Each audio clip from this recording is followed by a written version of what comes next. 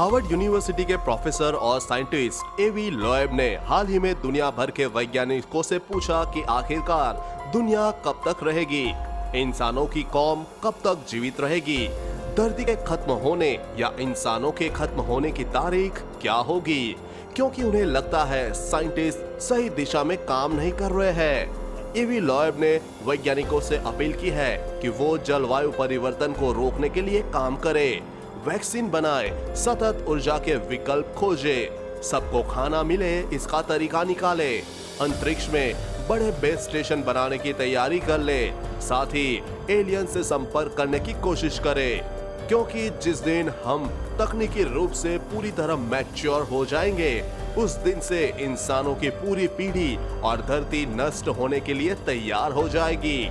उस समय सारे खोज और तकनीक विकास ही कुछ इंसानों को बचा पाएगी।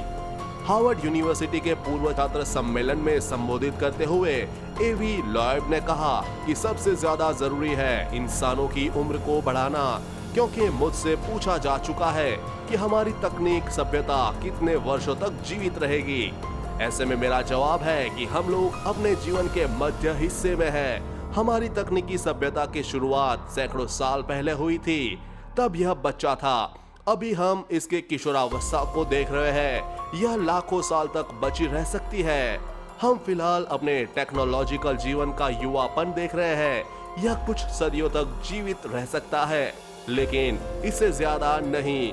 यह एक गणितीय घटना के आधार पर एवी लोएब ने बताया, लेकिन क्या यह भविष्य बदला जा सकता है? एवी लोएब ने कहा कि जिस तरह से धरती की हालत इंसानों की वजह से खराब हो रही है, उससे लगता है कि इंसान ज्यादा दिन धरती पर रह नहीं पाएंगे। कुछ सदियों में धरती की हालत इतनी खराब हो जाएगी कि लोगों को स्पेस में जाकर रहना पड़ेगा। सबसे बड़ा खतरा तकनीकी आपदा का है। यह तकनीकी आपदा जलवायु परिवर्तन से जुड़ी होगी। इसके अलावा दो बड़े खतरे हैं इंसानों द्वारा विकसित महामारी और देशों के बीच युद्ध। इन सब को लेकर सकारात्मक रूप से काम नहीं किया गया तो इंसानों को धरती पर खुद खत्म कर देगी या फिर वह अपने आप को नष्ट कर देगी। ये भी हो सकता है कि इंसानी गतिविधियों की वजह से धरती पर इतना अत्याचार हो रहा है कि वह खुद ही नष्ट होने लगे। एवी लोएब ने कहा कि इंसान उन खतरों से खुद को नहीं बचा पाते जिससे वो पहले कभी न टकराए हो, जैसे जलवायु परिवर्तन। इसकी वजह से लगातार अलग अलग देशों में मौसम परिवर्तन हो रहा है, ग्लेशियर पिघल रहे हैं, समुद्री जल स्तर बढ़ रहा है, सैकड़ों सालों से सोए हुए ज्वालामुखी फिर से आग उगलने लगे हैं, जंगल आग से खाक हो रहे हैं। ऑस्ट्रेलिया की आग कैसे कोई भूल सकता है, करोड़ों जीव मारे गए उसमें। एवी ने कहा कि इंसान और उनकी जटिल शारीरिक संरचना निजी तौर पर किसी भी आपदा की भविष्यवाणी नहीं कर सकती, क्योंकि यही हमारे मानव सभ्यता की किस्मत है। इसे इतिहास में इसी तरह से गढ़ा गया है। इंसान की सभ्यता कब तक रहेगी, यह भविष्य में होने वाले तकनीकी विकास पर निर्भर करता है। वैसे भी इंसान खुद ही अपना शिकार कर डालेंगे, क्योंकि सूरज से पहले भी कई ग्रह बने हैं। हो सकता है कि कई ग्रह ऐसे हो जहां पर जीव रहते हो, उनके पास भी तकनीकी सभ्यता हो।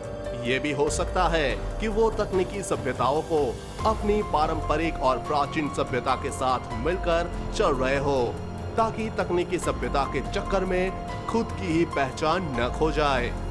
अब रेडियो एक्टिव एटम धीरे धीरे खत्म हो सकता है, अन्य जीवन देने वाले एटम क्यों नहीं खत्म हो सकते?